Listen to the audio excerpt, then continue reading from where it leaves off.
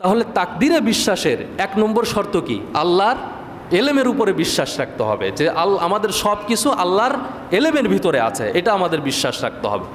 ইমাম তহাবি রহিমাহুল্লাহ তিনি আকিদাতুত তহাবের ভিতরে বলেছেন, ইলমুহু লা ইয়াতাগায়্যারু ওয়া লা ইয়াতাবাদদালু ইয়ালামু মা কানা ওয়া মা ইয়াকুন।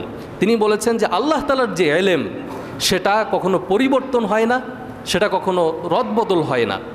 ইয়ালামু মা কানা ওয়া মা ইয়াকুন, যেটা ছিল এবং যেটা হবে এই সব কিছু আল্লাহ তাআলা জানেন। ওয়া মা লাম ইয়াকুন লাউ কানা কাইফা ইয়াকুন, এবং যেটা হবে না সেটাও আল্লাহ তাআলা জানেন, আর যেটা হবে সেটা কিভাবে হবে সেটাও আল্লাহ তাআলা ভালোভাবেই জানেন। এবং প্রথমে তিনি যে কথাটা বলেছেন যে আল্লাহর এলেমের কোনো পরিবর্তন হয় না। এমন না যে আল্লাহ তাআলা ওই যে সৃষ্টির শুরুতে একটা কথা লিখছিল, এখন পরে দেখলো যে না আমি যেটা লিখছিলাম এটা তো আসলে ঠিক হয় না, এটা ভুল হয়েছে, এটা অন্যরকম হয়ে গেছে, তাহলে আবার শুধরায়ে অন্যরকম লিখি।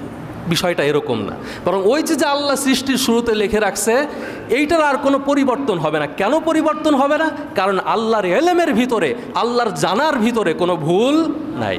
আমরা যদি কোনো একটা জিনিস সম্পর্কে জানি, আমাদের জানার ভিতরে ভুল হইতে পারে। আমরা একটা বই পড়লাম কিংবা কারুর কাছ থেকে একটা সংবাদ শুনলাম, আমাদের জ্ঞান হচ্ছে খুবই সামান্য। আল্লাহ তাআলা বলেছেন, ওয়ামা উতীতুম মিনাল ইলমি ইল্লা কলিলা, আমি তোমাদেরকে খুবই সামান্যতম জ্ঞান দান করেছি। এখন আমাদের জ্ঞান যেহেতু সামান্য, সুতরাং আমরা একটা জিনিস জানলে ভুলভাল জানি, আমাদের কাছে সঠিক ইনফরমেশন পৌঁছে না।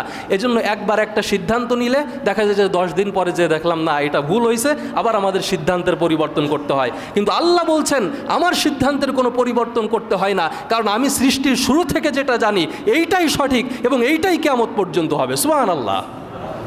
এজন্য আল্লাহর জ্ঞানের প্রতি বিশ্বাস স্থাপন করতে হবে, এটা হচ্ছে 1 নম্বর শর্ত। 2 নম্বর তাকদিরের প্রতি বিশ্বাস স্থাপনের জন্য 2 নম্বর যে শর্ত সেটি হচ্ছে আল্লাহ তাআলার কাতাবাত, বা আল্লাহ তাআলা যেই জিনিসটা লিখে রেখেছেন সেই লেখার উপরে আমাদেরকে বিশ্বাস স্থাপন করতে হবে। আল্লাহ তাআলা পবিত্র কোরআনের ভিতরে বলছেন, আলম তা'লাম আন্নাল্লাহা ইয়া'লামু মা ফিস সামাই ওয়াল আরদ ইন্না যালিকা ফি কিতাবিন ইন্না যালিকা আলাল্লাহি ইয়াসির। আল্লাহ তাআলা বলছেন, তুমি কি জানো না যে আল্লাহ জানেন যা আকাশে ও জমিনে, এই সব কিছু আল্লাহ তাআলা জানেন এবং এই সব কিছু আল্লাহ তার কিতাবের ভিতরে লিপিবদ্ধ করে রেখেছেন।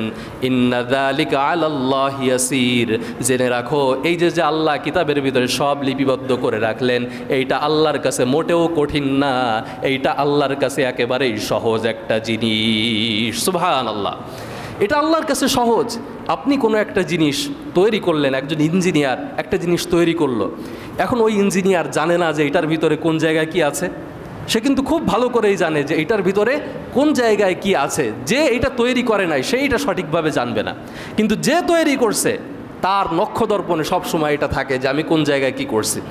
তো এই যে আমাদের সৃষ্টি, এই সৃষ্টিটা তো আল্লাহই তৈরি করেছেন, আল্লাহই সৃষ্টি করেছেন।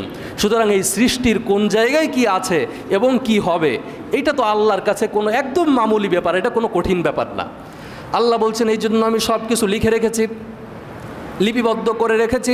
সুতরাং তোমাকে এটা বিশ্বাস করতে হবে যে আল্লাহ সব কিছু লিখে রেখেছেন।